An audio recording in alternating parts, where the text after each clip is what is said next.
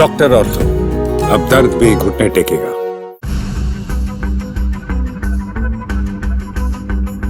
विधानसभा चुनाव से पहले भूपेंद्र सिंह हुड्डा पर ईडी की कार्रवाई के क्या है मायने? क्या कांग्रेस के भीतर मुख्यमंत्री पद की दावेदारी को लेकर मचा हुआ है घमासान?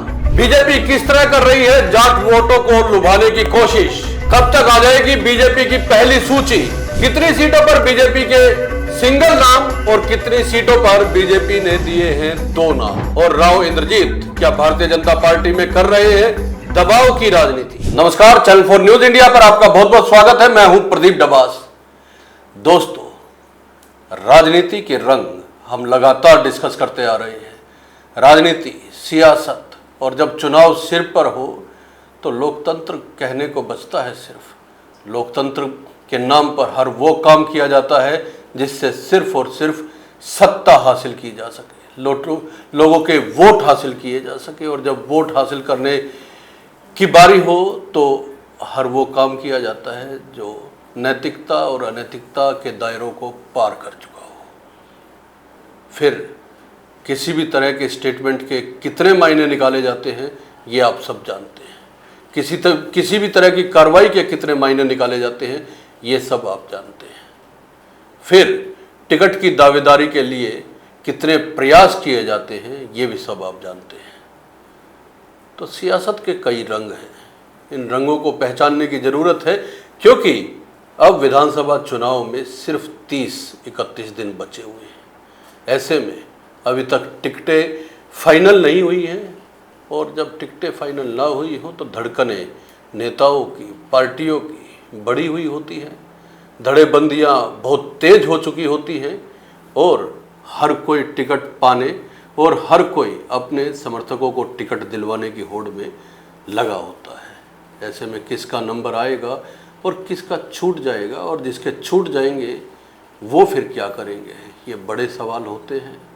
ऐसे में विपक्ष अगर थोड़ा सा भी मजबूत दिखाई देता है तो फिर उसको रोकना भी ज़रूरी होता है। उसके लिए फिर कार्रवाई की जाती है। वो कार्रवाई कानून के दायरे में तो सही लगती है, लेकिन उसके नैतिक मतलब क्या होते हैं इस पे चर्चा करनी बेहद ज़रूरी होती है। तो आज चुनाव के रंग एक बार फिर से हम डिस्कस करने के लिए बैठे हैं, और आप सब जानते हैं हमारे साथ हर रोज़ की तरह नवीन धमीजा जी हैं। मैं बार बार कहता हूँ, एक सशक्त और निष्पक्ष आवाज़ है नवीन जी। और नवीन जी जब विश्लेषण करते हैं तो मैं हमेशा कहता हूँ न पक्ष न विपक्ष, सिर्फ निष्पक्ष, वो भी तर्क के साथ। नवीन जी स्वागत है आपका। धन्यवाद डबास जी। नवीन जी, आपको करीब 35 साल हो गए हरियाणा की राजनीति देखते हुए, समझते हुए, और इसको लोगों को समझाते हुए, अपने विश्लेषणों के जरिए, अपने लेखों के जरिए। ये जो चलन इन दिनों चल रहा है कि अगर कोई आपको सत्ता से बाहर रखना है तो फिर हर वो काम किया जाए जो कानून के दायरे में हो, लेकिन चूड़ी इतनी कस दी जाती है या टाइट काम इतना कर दिया जाता है कि फिर सांस लेना मुश्किल हो जाता है। ये कल्चर जो है, इसको हम किस तरह से विवेचना करें, इसकी एक सवाल ये है। और दूसरा सवाल ये है नवीन जी कि अगर कानून अपना काम कर रहा है तो फिर सवाल क्यों उठाया जाए? आज भूपेंद्र सिंह हुड्डा पे ईडी ने कार्रवाई की है, कुछ संपत्तियां अटैच की गई हैं। और ये विधानसभा चुनाव से सिर्फ 30-31 दिन पहले की बात है। लोकसभा चुनाव के दौरान भी इस तरह की कार्रवाई हमने देखी थी, बीच में 4 महीने का गैप भी आया। अब जब चुनाव आते हैं तब इस तरह की कार्रवाई होती है, तो क्या उसकी विवेचना अलग तरीके से करना चाहिए, या फिर मान के चले कि कानून अपना काम कर रहा है, इस पर विवेचना करने की ज़रूरत ही नहीं है? देखिए डबास जी, जब से भारतीय जनता पार्टी की सरकार सत्ता में आई, चाहे वो केंद्र में रही हो चाहे वो प्रदेश में रही हो जी, विपक्ष ने हमेशा आरोप लगाया, इल्ज़ाम लगाया, उन्होंने इन पर सवालिया निशान लगाए कि सरकार ईडी का दुरुपयोग कर रही है। सीबीआई, इनकम टैक्स विभाग को उन्होंने घेरा, उन्होंने इन पर आरोप लगाए, इल्ज़ाम लगाए जी। मुख्य बात देखिए, अभी तक तो विपक्ष ये आरोप लगाता था, चाहे वो अरविंद केजरीवाल हो, चाहे वो कांग्रेस हो, या वो और दूसरी रीजनल पार्टीज रही हों, लेकिन पिछले हफ्ते भारतीय जनता पार्टी के वित्त मंत्री जेपी दलाल ने अपने समर्थकों के बीच बड़ा बयान दिया था। उस बयान में उन्होंने ये भी स्वीकार किया था कि आने वाली सरकार कांग्रेस की होगी, और अगर बन गई तो फिर उसको उन्होंने ये स्वीकार कर लिया था कि सरकार कांग्रेस की बनने जा रही है। उन्होंने ये कहा था कि और उन्होंने कहा अगर कांग्रेस की सरकार बनी तो दिल्ली में हमारी सरकार 6 महीने से ज्यादा उसे चलने नहीं देगी। जो दिल्ली वाले हैं उनको 6 महीने से ज्यादा चलने नहीं देंगे। और ये इल्जाम इससे पहले अरविंद केजरीवाल लगाते रहे कि हमारी दिल्ली सरकार को केंद्र सरकार चलने नहीं दे रही है। विपक्ष की और दूसरी पार्टियां, रीजनल पार्टीज इस बात के आरोप लगाती रही, लेकिन भारतीय जनता पार्टी का एक कैबिनेट मंत्री इस बात का आरोप लगा रहा है। इस बात को उसने कटघरे में अपनी पार्टी को खड़ा कर दिया था। और चुनाव के दौरान, जब चुनाव पीक पर है, चुनाव चल रहा है, एक हफ्ते बाद हरियाणा में नामांकन दाखिल होंगे। हरियाणा में लग रहा है कि भारतीय जनता पार्टी के खिलाफ बड़ा एंटी इनकम्बेंसी फैक्टर है, लोगों का रुख कांग्रेस की ओर दिखाई देने लगा है।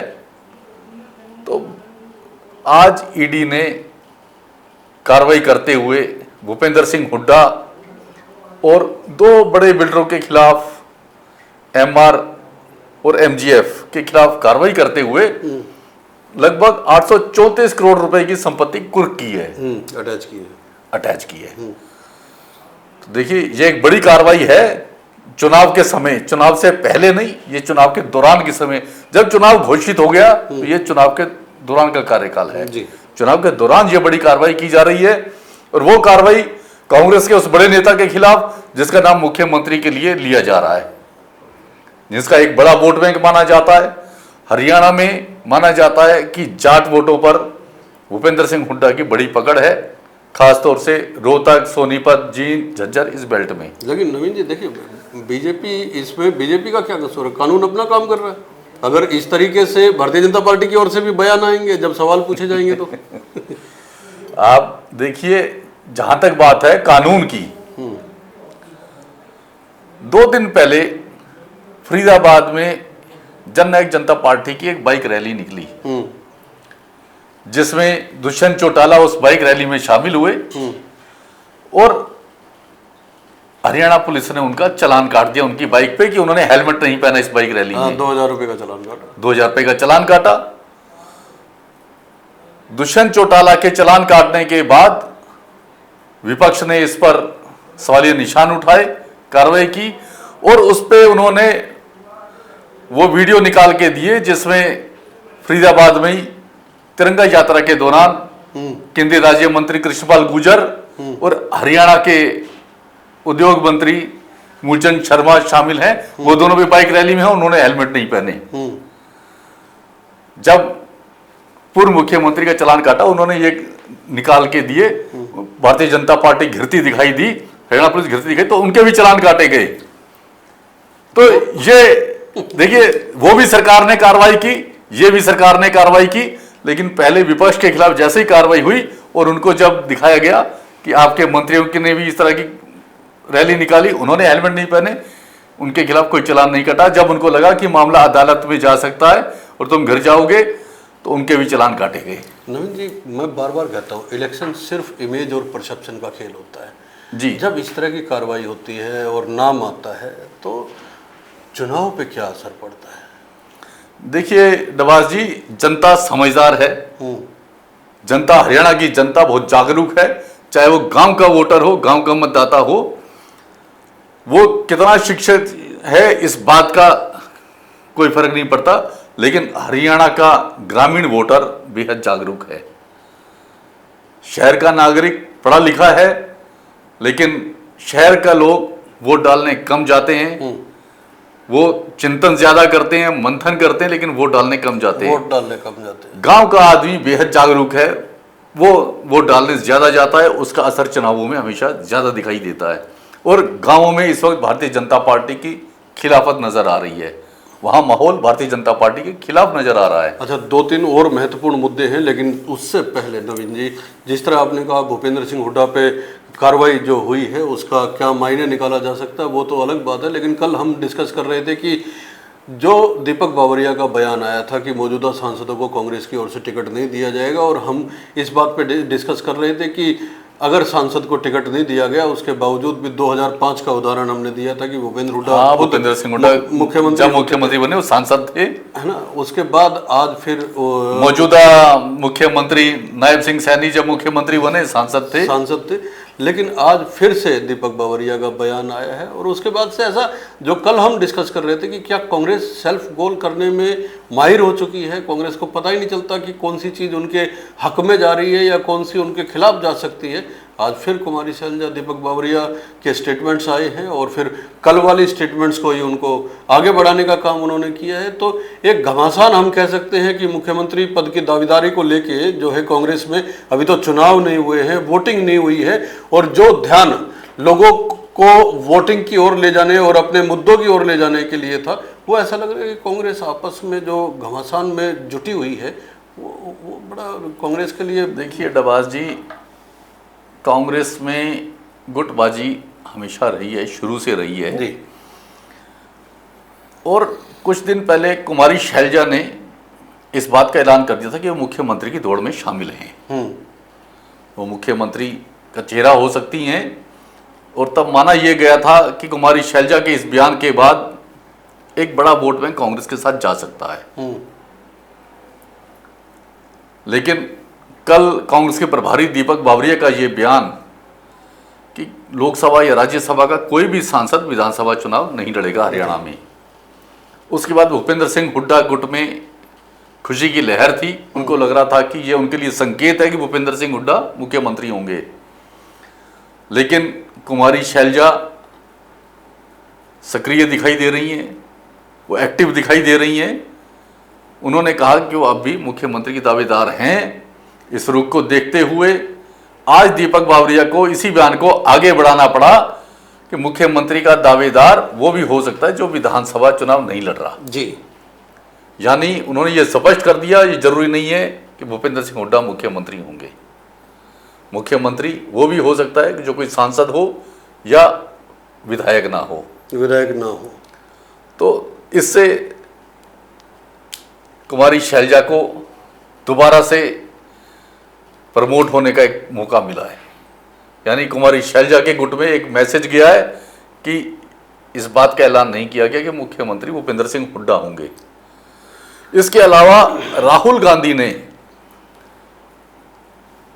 स्पष्ट तौर से ये कहा है कि लगभग 2500-2600 आवेदन हरियाणा से नेताओं ने कांग्रेस की टिकट के लिए किए हैं जी।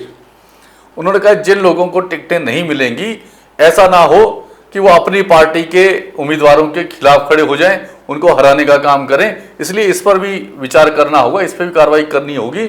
इसको लेकर के उन्होंने पार्टी के राष्ट्रीय सचिव वेणुगोपाल को जिम्मेवारी सौंपी है जी। और वेणुगोपाल ने स्क्रीनिंग कमेटी, हरियाणा चुनाव की स्क्रीनिंग कमेटी के प्रधान अजय माकन के साथ इस बात पर चर्चा की है। अजय माकन से कहा है वे इस मुद्दे को गंभीरता से लें और इस मुद्दे को लेकर के हरियाणा की पार्टी कांग्रेस के प्रदेश अध्यक्ष उदय भान, कुमारी शैलजा, भूपेंद्र सिंह हुड्डा के साथ बैठकें चल रही हैं और इस बात पर विचार किया जा रहा है। वेणुगोपाल लगातार इस पर बैठक बुला रहे हैं कि जिनको टिकटें नहीं मिलेंगी उनको किस तरीके से मनाया जाएगा, किस तरह से उन्हें सेटिस्फाई किया जाएगा ताकि वो कांग्रेस के उम्मीदवारों के खिलाफ चुनाव में काम ना करें। आवेदन ज्यादा है, इसीलिए शायद सितंबर के पहले हफ्ते में लिस्ट आने की संभावना, लेकिन बीजेपी की लिस्ट तो हो सकता है आज रात को ही आ जाए या कल तो आना लगभग तय है। आज जो है सीईसी की मीटिंग अभी भी देखिए चल रही है और खुद प्रधानमंत्री मौजूद है। ऐसा माना जा रहा है कि करीब 50 सीटों पे सिंगल नाम गया है और 40 सीटों पे 2 नाम गए हैं। देखिए, भारतीय जनता पार्टी हरियाणा में तीसरी बार सरकार बनाने के लिए पुरजोर कोशिश में लगी है। वो किसी भी विवाद में नहीं पड़ना चाहती, वो नहीं चाहती कि उनकी पार्टी के अंदर कोई विवाद हो। भारतीय जनता पार्टी चाहती है सरकार बनाने के लिए एक एक सीट पर बड़ी बारीकी से वो नजर गड़ाए हुए हैं कि कौन सी सीट कैसे निकल सकती है, कौन सा नेता सीट जीत सकता है।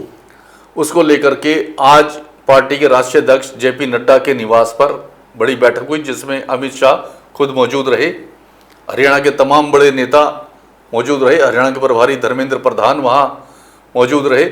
उसमें एक एक सीट पर चर्चा की गई जी।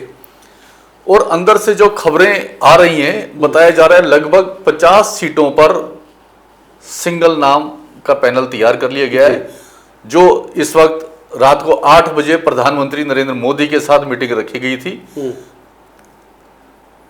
और इस बैठक में पहली लिस्ट फाइनल की जा रही है।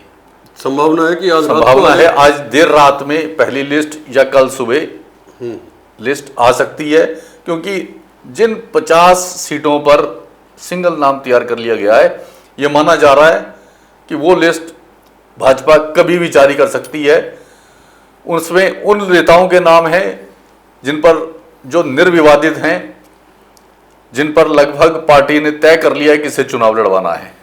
लेकिन नवीन जी, 2019 के विधानसभा चुनाव सबको याद है, जब पूर्व मुख्यमंत्री मनोहर लाल रथ यात्रा लेकर निकले थे और हर विधानसभा में उनका स्वागत करने वाले टिकट के दावेदारों ने उनको एक किस्म से एक विधानसभा में 15-15 लोगों ने उनका स्वागत किया था। और जब टिकटें अनाउंस हुई थी तो टिकट तो एक ही आदमी को मिलती है, बाकी सब जो है वो खफा हुए थे और इसका नतीजा उनको विधानसभा चुनाव में भुगतना भी पड़ा था। बिल्कुल भुगतना पड़ा था। कांग्रेस ने इसको मैनेज करने के लिए, जैसे आपने बताया कि रणनीति शुरू कर दी, क्योंकि कांग्रेस में भी दावेदार ज्यादा हैं, बीजेपी में भी दावेदार ज्यादा हैं, कम तो है नहीं। बीजेपी में भी बहुत दावेदार हैं, तो एक सीट पे जो है 8-8, 10-10, 15-15 दावेदार हर सीट पर हैं। और इसके अलावा जो बीजेपी के बड़े नेता हैं, उनको अपने समर्थकों के लिए, अपने परिवार के लोगों के लिए टिकटें चाहिए। नवीन जी देखिए, आज है तो बड़ा दिन बीजेपी के लिए, किसको मनाएंगे, कौन रूस जाएगा। देखिए डबास जी, बीजेपी के जितने नेता टिकट के दावेदार हैं, रात को उनको नींद नहीं आ रही। वो इस कोशिश में लगे हैं, इस प्रयास में लगे हैं, लॉबिंग में लगे हैं, किसी तरीके से उनका नाम आए, नाम ना कटे जी। खास तौर से जो सिटिंग एमएलए हैं, जो सिटिंग मंत्री हैं, उनको ये लग रहा है कि उनका नाम लिस्ट में आए, पहली लिस्ट में आए, और जिस विधानसभा से वो लड़ना चाहते हैं उसी विधानसभा से आए जी। क्योंकि ऐसा भी हो सकता है कि कुछ विधायकों का, मंत्रियों का क्षेत्र बदला जा सकता है। खबरें तो ये भी आ रही है, चर्चा है इस बात की। कुछ लोगों की इस बार टिकटें भी कटेंगी, चाहे मंत्री है चाहे सिटिंग विधायक है। कैबिनेट मंत्री और राज्य मंत्रियों के भी नाम आ रहे थे इस तरह से। 2 कैबिनेट मंत्रियों का नाम बड़ी प्रमुखता से लिया जाता है, एक रणजीत चौटाला और कमल गुप्ता जी, कि इन 2 कैबिनेट मंत्रियों की टिकट कट सकती है। कमल गुप्ता की अगर हम बात करें तो वहां पे सावित्री जिंदल का नाम प्रमुखता से लिया जा रहा है, और रणजीत चौटाला ने तो जिंदल की माता जी का नाम, बिल्कुल सावित्री जिंदल बड़ा नाम है, क्योंकि जिस तरीके से कमल गुप्ता के प्रोजेक्ट्स को रोका गया और उन्होंने लोगों को जो आश्वासन दिया, पार्टी ने उसको प्रमुखता दी, सरकार ने उसको, तो माना जा रहा है कि ये एक संकेत है, बड़ा संकेत है, बड़ा संकेत है। और सावित्री जिंदल का नाम लगभग तय माना जा रहा है वहां से। रणजीत चौटाला की टिकट कटेगी, कमल गुप्ता की कटेगी, और इसी तरीके से रणजीत चौटाला लोकसभा चुनाव के बाद अपनी पार्टी के नेताओं के खिलाफ मुखर हुए। भारतीय जनता पार्टी ने उसे संजीदगी से लिया और मुख्यमंत्री ने गोपाल कांडा के निवास पर जिस दिन जाकर के नाश्ता किया, उनसे मुलाकात की और कहा कि आप 5 सीटों पर अपनी तैयारी करें। रणजीत चौटाला को उस दिन एहसास हो गया, लग रहा था कि उनकी टिकट कट सकती है। उन्होंने यहाँ तक कह दिया, जब धवन कांडा के नाम का जिक्र हुआ उससे रानिया से लड़ने का, तो उन्होंने कहा कि मैं इलेक्शन लड़ूंगा, बीजेपी अपना देख ले। हाँ, उन्होंने कहा मैं चुनाव लड़ूंगा, चाहे भारतीय जनता पार्टी मुझे चुनाव लड़वाए या न लड़वाए, मुझे टिकट दे या न दे, लेकिन मैं चुनाव लड़ूंगा। तो इन दोनों मंत्रियों की टिकट कटती दिखाई दे रही है। अभी तक जो चर्चा है, तो नामों पे चर्चा के साथ साथ बीजेपी अब उन चीज़ों को भी साधने में लगी हुई है जो उसके खिलाफ जा सकते हैं या जिनके जाने की संभावनाएं बड़ी दिख रही है। और एक बड़ा वोट बैंक, जिसको ये माना जा रहा है नवीन जी कि जाट वोट शायद इस बार बीजेपी के साथ उस तरीके से, या देहात में जो जाट वोट है वो बीजेपी के साथ उस तरीके से ना जाए, तो उसके लिए भी बीजेपी ने प्रयास शुरू कर दिया। आज खुद मुख्यमंत्री ने कहा है कि जाट देशभक्त होते, देशभक्त है। देखिए, लोकसभा चुनाव के दौरान भारतीय जनता पार्टी के जितने उम्मीदवार थे या भारतीय जनता पार्टी के साथ साझेदारी में सरकार चला रही 4.5 साल तक जननायक जनता पार्टी। लोकसभा चुनाव के दौरान इन दोनों पार्टियों के उम्मीदवारों को देहात के क्षेत्रों में, ग्रामीण क्षेत्रों में लोगों का भारी विरोध का सामना करना पड़ा था। भारी विरोध था लोगों में इनके प्रति। गांवों में इन्हें घुसने नहीं दिया जा रहा था। लोग आक्रोशित थे। कई नेताओं के खिलाफ तो लोगों ने हाथापाई तक की। आप देखिए, अशोक तंवर की गाड़ियों पर लठ बरसाए गए, डंडे तक बरसाए गए। मुख्यमंत्री के अपनी एक सभा के दौरान मंच उखाड़ फेंका लोगों ने।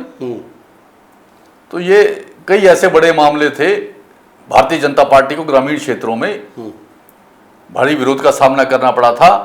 किसान आंदोलन के बाद से, क्योंकि हरियाणा में किसान बड़ा वोट बैंक है और ज्यादातर आप ये देखिए जाट समुदाय का आदमी कृषि करता है, खेती करता है, किसान है। और जाट पूरे तरीके से भारतीय जनता पार्टी के खिलाफ नजर आ रहा है। जी। बाकी रही सही कसर कुछ दिन पहले कंगना रनौत ने पूरी कर दी।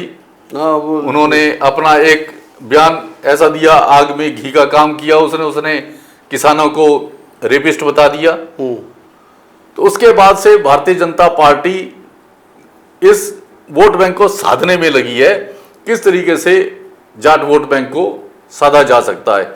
इसके अलावा हम बात करें ओलंपिक में विनेश फोगाट की। विनेश फोगाट का जब मेडल गया, उनका सिर्फ 100 ग्राम वजन ज्यादा था, तो ये माना गया कि इनके खिलाफ एक साजिश हुई है। उससे भी जाट पूरी तरीके से आक्रोशित हुआ। तो एक नहीं, ये कई मुद्दे लगातार ऐसे होते चले गए जो जाटों को जिन्होंने आक्रोशित किया और वो भारतीय जनता पार्टी के खिलाफ हुए। अब आज मुख्यमंत्री का ये बयान कि जाट देशभक्त है, और क्योंकि आप ये देखिए भारतीय जनता पार्टी एक तरफ तो नॉन जाट की राजनीति करती आई है आज तक। बीजेपी को ये पता है कि जाट वोट बैंक चाहे तो ओम प्रकाश चौटाला के परिवार के साथ रहा हो या वो भूपेंद्र सिंह हुड्डा के साथ रहा हो, कांग्रेस के साथ। भारत लगभग 22% वोट हरियाणा में जाटों का है जी। और करीब 35 विधानसभा क्षेत्र ऐसे हैं जो जाट बहुल्य हैं, जिनको जाटलैंड माना जाता है। रोहतक, सोनीपत, झज्जर, हिसार, सिरसा, फतेहाबाद, कैथल, ये तमाम ऐसी सीटें हैं जहां जाट वोट बैंक है। इन्हें जाटलैंड के नाम से हरियाणा में जाना जाता है। 35 विधानसभा सीटें, इन पर जाटों का बड़ा असर है।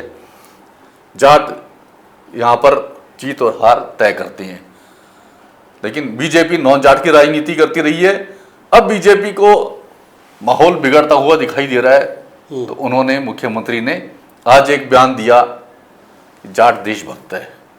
वहीं उसके बयान का असर हुआ। पूर्व मुख्यमंत्री भूपेंद्र सिंह हुड्डा ने मौका नहीं जाने दिया।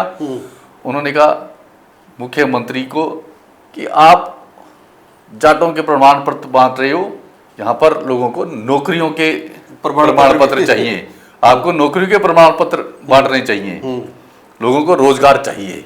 तो हुड्डा भी तो नहीं चाहेंगे ना कि जाट वोट को साधने की बीजेपी कोशिश करे। जाट वोट या तो भूपेंद्र सिंह हुड्डा के साथ है, चौटाला के परिवार के साथ था, लेकिन चूंकि चौटाला का परिवार जननायक जनता पार्टी किसान आंदोलन में बीजेपी की सरकार रही, साथ रही, उनकी हिस्सेदार रही, उन्होंने किसानों का साथ नहीं दिया, तो किसान अब पूरी तरीके से हुड्डा के साथ खड़ा दिखाई दे रहा है। अब नवीन जी, सवाल ये है कि बीजेपी तमाम उन वर्गों को साधने की कोशिश कर रही है जो हो सकता है उनको लगता है कि आने वाले विधानसभा चुनाव में शायद वो भारतीय जनता पार्टी के साथ ना आए, तो उनको किसी न किसी तरीके से साध लिया जाए। लेकिन बीजेपी के लिए तो एक बड़ी चुनौती ये भी है कि अपने अंदर के नेताओं को भी साधना पड़ेगा। कभी राव इंद्रजीत सिंह कुछ बोलते हैं, कभी कोई दूसरा नेता अपने परिवार के लिए टिकट मांगता है, और अगर नहीं मिली तो फिर नाराजगी भी हो सकता है देखने को मिले। राव इंद्रजीत सिंह तो कई बार बोल चुके हैं। देखिए, इसमें कोई शक वाली बात नहीं।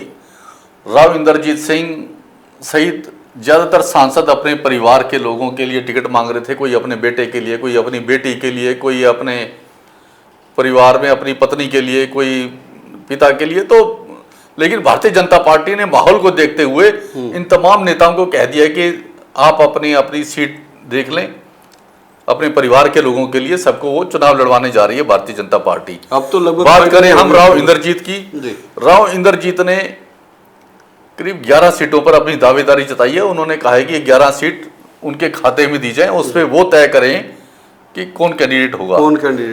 भारतीय जनता पार्टी उन्हें लगभग 5 सीटें देने के लिए तैयार हो गई है। 5 से 6 सीटें उनको उन्होंने ऑफर कर दी हैं कि 5 से 6 सीटें उनके खाते में देने के लिए तैयार हैं, जहां उनके पसंद के उम्मीदवार उतारने जाएंगे। लेकिन राव इंद्रजीत सिंह अभी ज्यादा सीटों की मांग कर रहे हैं, 11 सीटों की मांग कर रहे हैं। अब देखिए उनकी सेटलमेंट कहाँ होगी, क्योंकि राव इंद्रजीत भी एक प्रेशर बना रहे हैं। उनको अपनी बेटी की टिकट लगभग तय हो गई है कि उनकी बेटी को टिकट दी जा रही है। बहुत नाराज भी तो इसी बात पे हुए थे कि जहां से वो टिकट चाहते थे उसकी बजाय 2 सीट उनको वो ऑफर कर दी गई जहां से वो टिकट नहीं चाहते थे। देखिए बीजेपी जहां अपने सांसदों को टिकट दे रही है, लोकसभा राज्यसभा, यानी उनके परिवार वालों को टिकट दे रही है, वहीं बीजेपी 2019 में उन्होंने अपने 2 मंत्रियों की टिकट काट दी थी, राव नरवीर और विपुल गोयल की। चर्चा है कि इस बार उन्हें भी टिकट दी जा रही है, उन्हें भी बीजेपी चुनाव लड़वा सकती है। जबकि राव नरवीर ने तो जो बयान दिया था बीजेपी को लेके, उसमें तो सुधा यादव ने साफ साफ कहा था कि इनके खिलाफ डिसिप्लिनरी एक्शन होना चाहिए, अनुशासनात्मक कार्रवाई होनी चाहिए उनके खिलाफ। जी। लेकिन बीजेपी एक सीट जीतना चाहती है, कोई सीट गंवाना नहीं चाहती। इस वक्त उनके लिए डिसिप्लिन महत्वपूर्ण नहीं, उनके लिए सीट महत्वपूर्ण नजर आ रही है। ये बड़ी बात कही है कि डिसिप्लिन नहीं, सीट महत्वपूर्ण है। जिस विषय को लेकर हमने शुरू में चर्चा के कहा था कि जब इलेक्शन सिर पे होता है तो नैतिकताएं जेब में रख ली जाती हैं, और नवीन जी ने शो के आखिर में वही बात कही है कि डिसिप्लिन महत्वपूर्ण नहीं है, सीट महत्वपूर्ण है। दोस्तों, मैं हमेशा कहता हूँ कि नवीन जी के तर्कपूर्ण स्टेटमेंट्स आप सुनते रहिए, इससे हरियाणा की राजनीति आपको बेहतर तरीके से समझ में आएगी। ये शो आपको कैसा लगा कमेंट करके ज़रूर बताइएगा। आपके कमेंट्स का हमें हमेशा इंतज़ार रहता है। अच्छा लगे तो लाइक कीजिए, शेयर कीजिए और चैनल को सब्सक्राइब करना ना भूलें। धन्यवाद नवीन जी। धन्यवाद अब्बास जी। धन्यवाद दोस्तों। नमस्कार।